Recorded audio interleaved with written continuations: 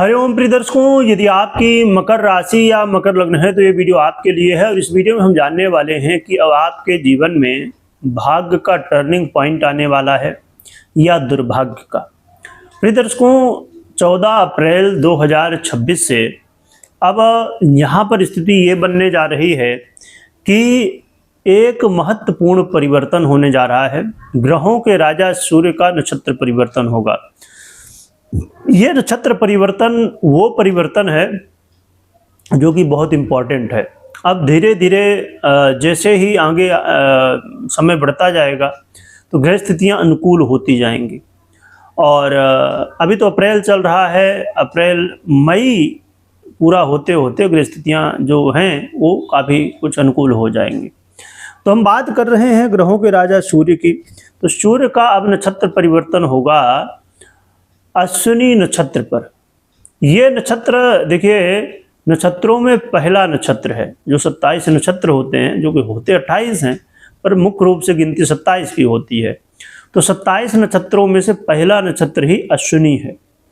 ये नक्षत्र के बारे में हम जानेंगे समझेंगे, क्योंकि ये बेहद ज़रूरी है कि जब आप फलादेश समझते हैं कि क्या फल मिलेगा, उसके पहले ये सब बातें समझना ज़रूरी है कि कब परिवर्तन हो रहा, क्यों हो रहा है।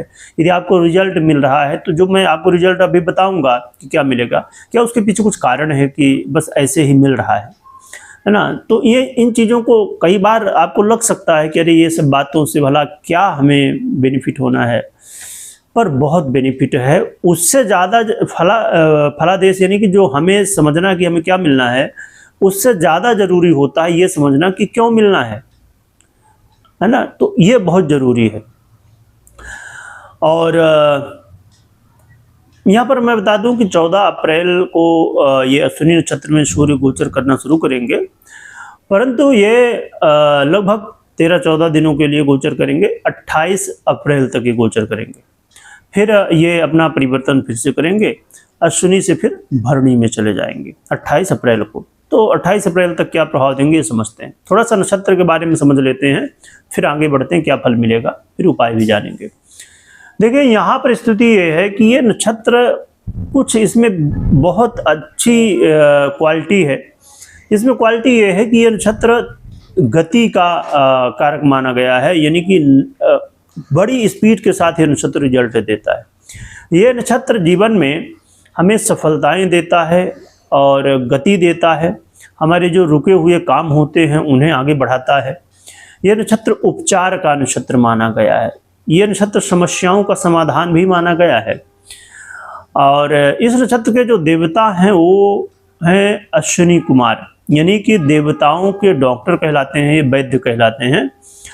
और ये ऐसे महान डॉक्टर हैं, ऐसे महान वैद्य हैं जिन्होंने कई देवताओं के कई बार प्राण तक बचाए हैं। कई ऋषियों के जीवन में भी बहुत कुछ इन्होंने अपने वैद्यता के दम पे कुछ किया है, जैसे चमन ऋषि इत्यादि कई ऋषियों के लिए। तो ये बहुत महान डॉक्टर हैं। और बड़ी बात ये है कि ये एक नहीं दो हैं अश्विनी कुमार।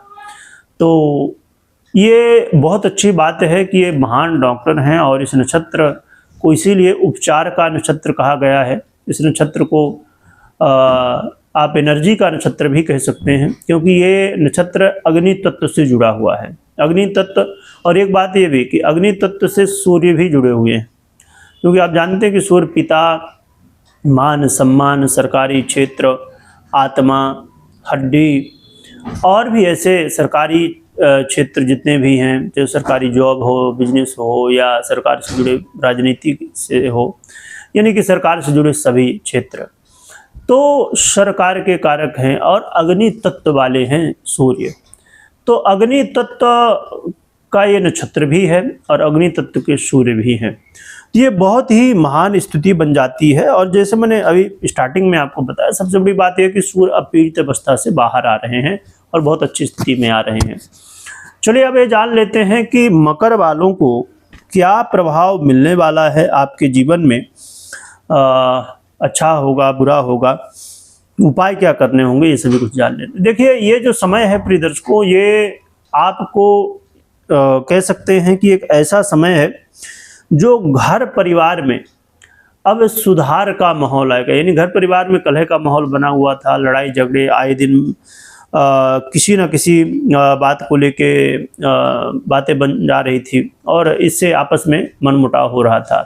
तो घर परिवार में खुशी का माहौल आएगा और लोग एक दूसरे को लोग समझ पाएंगे और प्रेम से रह पाएंगे। ये एक बहुत अच्छी बात यहाँ होने वाली है।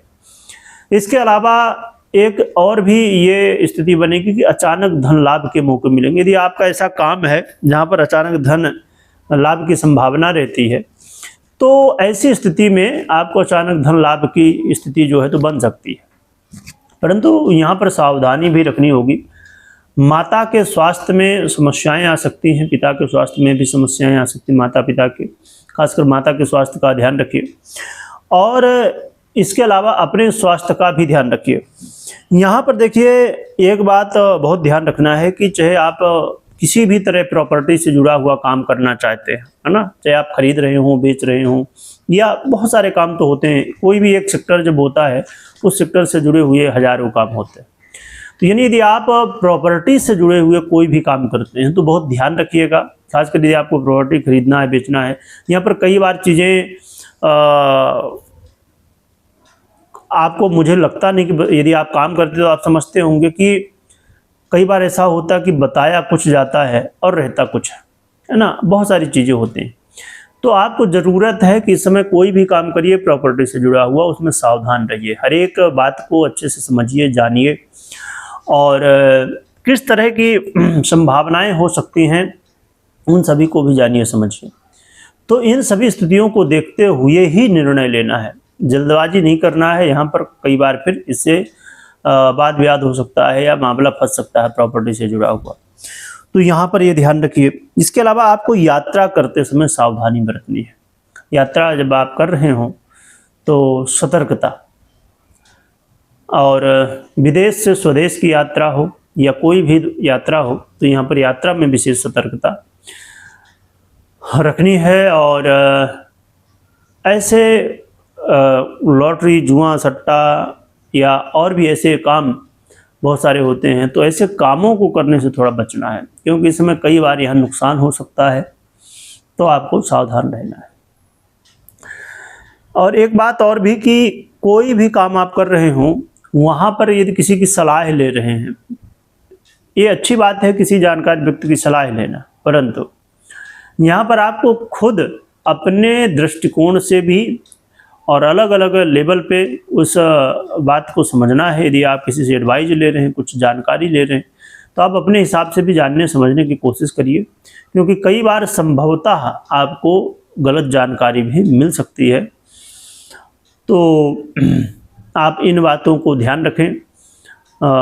और रही बात, एक बात मैं कह दूँ, जैसे जानकारी ले रहे हैं तो ऐसा नहीं कि कोई दूसरा हो तभी वो वहाँ पर आपको गलत जानकारी, कोई भी हो, अपना हो, पराया हो, जो भी हो, किसी भी तरह कहीं से भी जानकारी मिल रही हो तो आपको ध्यान रखना है।